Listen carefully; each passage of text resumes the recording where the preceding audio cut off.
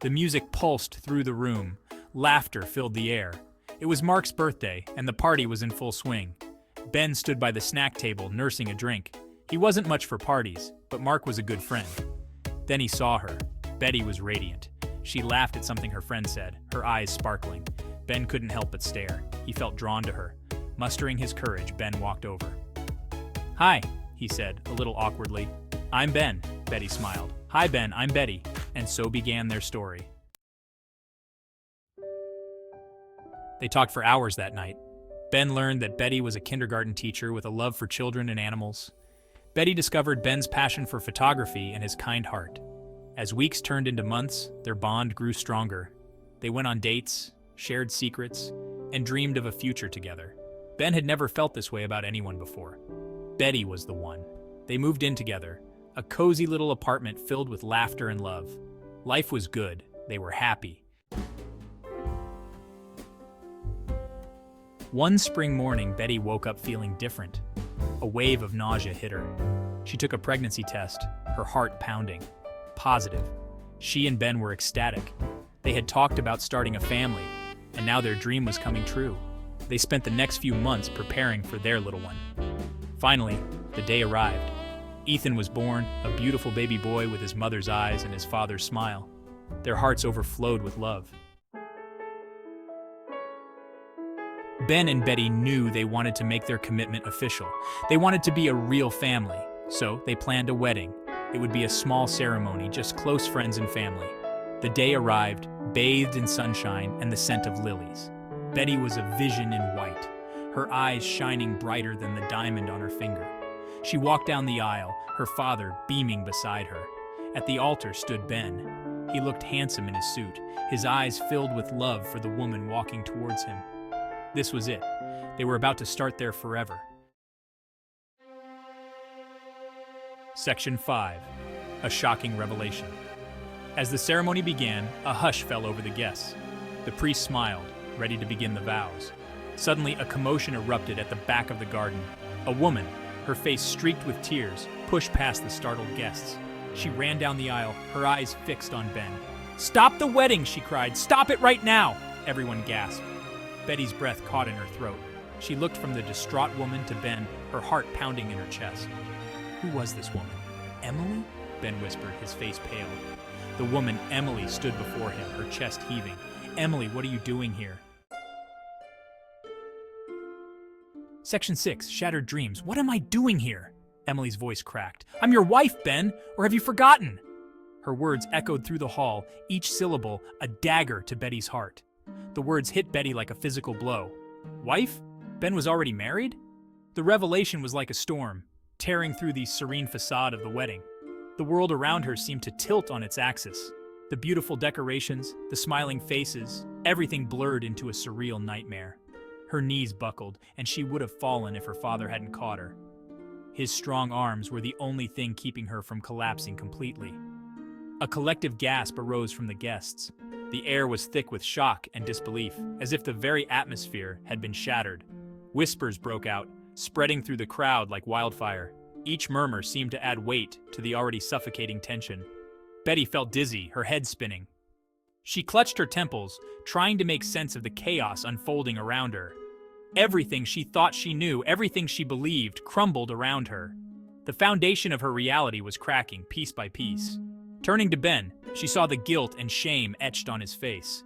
His eyes were downcast, unable to meet hers, as if he knew the gravity of his betrayal. But it was too late. The damage was done. The trust that had taken years to build was shattered in an instant. Their perfect day had imploded, leaving behind a wreckage of shock and betrayal. The dream they had built together was now nothing more than a haunting memory, a reminder of what could have been. Section 7. A Father's Plea. In the midst of what should have been a joyous celebration, a dark cloud loomed over the wedding venue. The air was thick with tension, and the guests, once filled with excitement, now stood in stunned silence. "Betty, I can explain," Ben pleaded, his voice thick with despair. His eyes, once filled with love and hope, now reflected a deep, consuming fear. He knew he was on the brink of losing everything he held dear. He reached for her, but she flinched away as if burned. The distance between them, once bridged by love, now seemed insurmountable. Every step he took towards her only seemed to push her further away. The sight of his touch, once a source of comfort, now filled her with revulsion. Memories of their shared moments, their dreams, now tainted by betrayal, flashed before her eyes. How could something so beautiful turn so ugly? Explain what, Ben? Her voice was a choked whisper, barely audible above the murmuring guests. The weight of her words hung heavily in the air, each one a dagger to Ben's heart. Explain how you could build a life with me, a future, with our son, while still being married to someone else? Her voice grew louder, the pain and betrayal evident in every syllable. The guests, once mere spectators, now felt the raw emotion of the moment. Tears streamed down Betty's face, hot and relentless. Each tear was a testament to the dreams shattered, the promises broken. She had envisioned a future filled with love and happiness, but now all she saw was a void. She looked at Ethan, nestled in her father's arms, oblivious to the shattering of his parents' dreams. The innocence of his expression was a stark contrast to the turmoil around him. How would she ever explain this to him? The injustice of it all filled her with a cold fury. How could Ben have done this to them? To their son? The betrayal was not just personal, it was a betrayal of their family, their future. Please just listen to me, Ben begged, his face etched with anguish. He knew he had made a grave mistake, but he hoped, prayed, that there was still a chance to make things right. But deep down, he feared it was too late. But Betty had heard enough. The weight of his words, his pleas, could not erase the pain he had caused.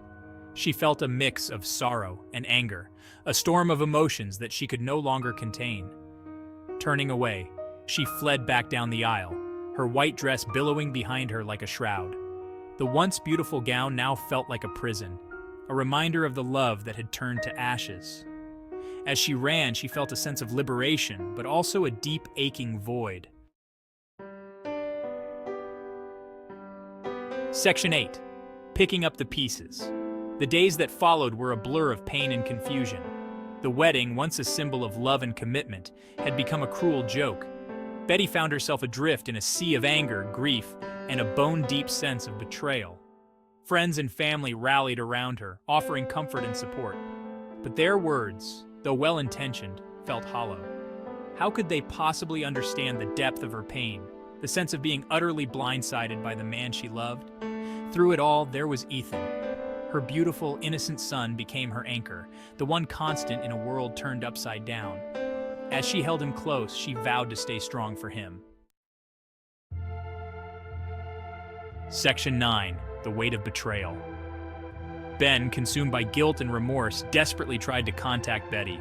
He couldn't sleep, couldn't eat, his mind constantly replaying the moment he lost her trust.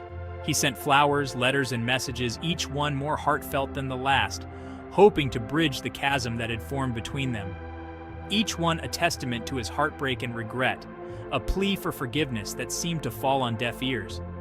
But each attempt at contact only served to deepen Betty's pain.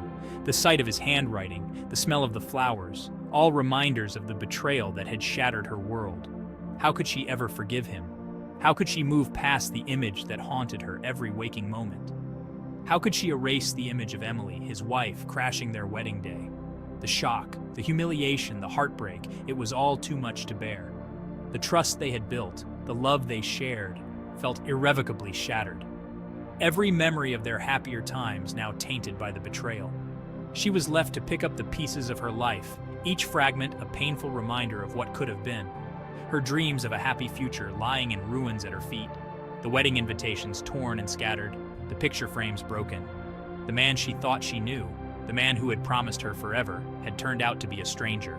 The man she planned to spend her life with, the man she had trusted with her heart, had proven to be someone she could no longer recognize. He had proven to be a stranger, his actions a cruel illusion that left her questioning everything. His love, a cruel illusion, a facade that had crumbled, leaving her to face the harsh reality of his betrayal alone. Section 10. A Glimmer of Hope. As weeks turned into months, Betty slowly began to rebuild her life. She focused on her son, her work, and finding a sense of normalcy amidst the chaos. The raw pain began to dull, replaced by a weary acceptance. One day, Ben approached her as she picked Ethan up from daycare. His eyes, once filled with love and adoration, now held a deep sadness. He looked thinner, his shoulders slumped with the weight of his actions. He didn't try to make excuses, didn't offer empty promises. He simply apologized, his voice rough with emotion. He explained his past, his reasons for keeping it hidden, but he made no attempt to justify his actions. Section 11. Time heals all wounds. Betty listened, her heart a mixture of anger and a reluctant empathy. She saw the genuine remorse in his eyes, the pain he carried. But hearing his side of the story, while offering a sliver of understanding, couldn't erase the hurt he had inflicted. As Ben walked away, leaving her with a heart heavy with unshed tears, Betty realized that forgiveness was a long and arduous journey. Whether she could ever fully forgive him, she didn't know. For now, she had to focus on healing, on building a stable and loving life for herself and her son. Time, she hoped, would eventually mend the wounds of the past, even if the scars remained.